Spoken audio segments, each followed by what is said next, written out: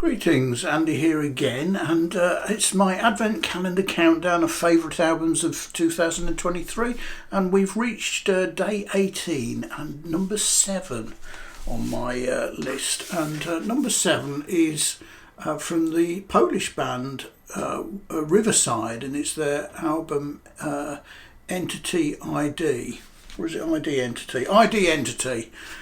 Which came out in January, so right earlier in the year.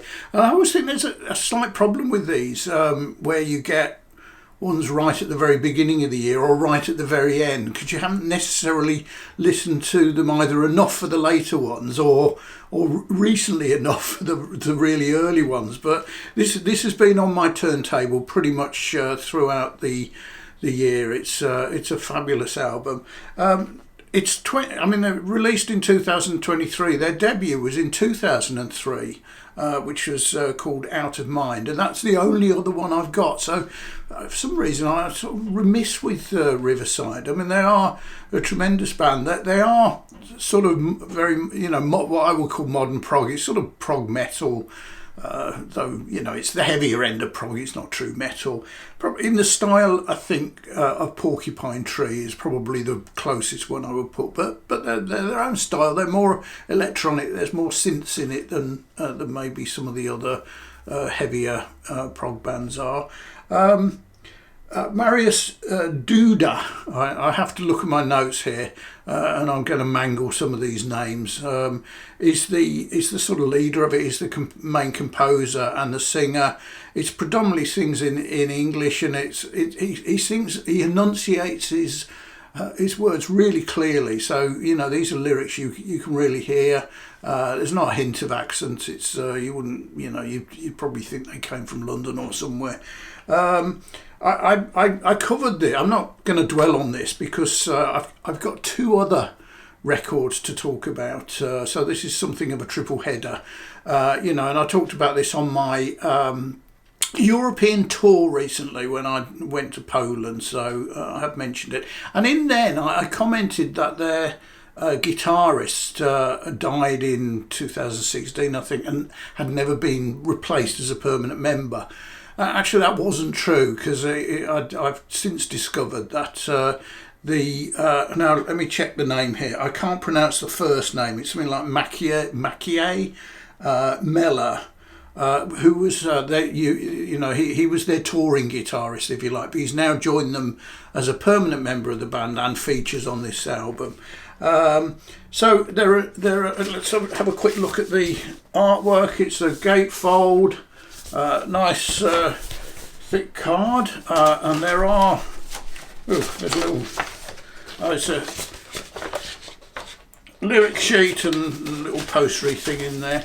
There are 9 tracks on there, if you can see that. They're all quite long, so it's a double album, and they're spread across the 4 sides of the LP, but I think only one track is less than 5 minutes, and there's also a couple more than 10 minutes. So it's a genuine double album, and it is very resplendent in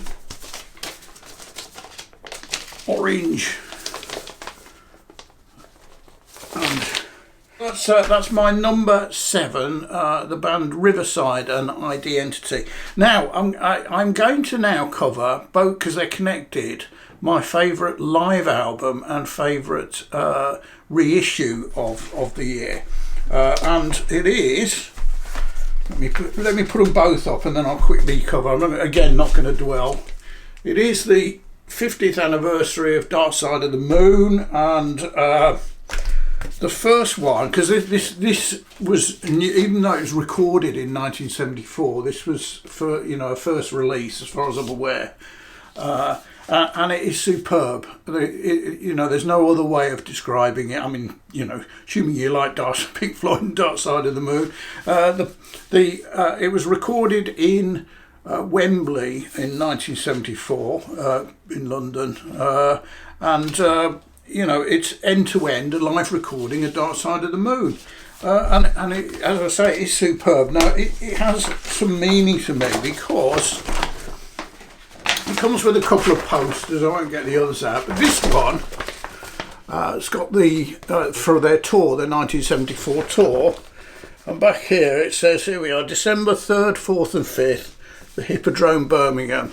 And I actually went to one of those. I mean, to be fair, they didn't play the whole of Dark Side of the Moon at that concert. They played, obviously, lots of different things, some tracks from Dark Side of the Moon. They also played some of the early work on Wish You Were Here. So that was the first time I'd heard Shine On You Crazy Diamond, and that, well, or most of, and that was a bit of a wow moment. So absolutely superb. So I have had recently, in the last week, an amazing live album, but it requires, which would probably come in equal to this, but I'm not going to talk about it now. I'm going to do one of my 3 live albums in January and pick up 3 new ones I've got now, which are fairly momentous. So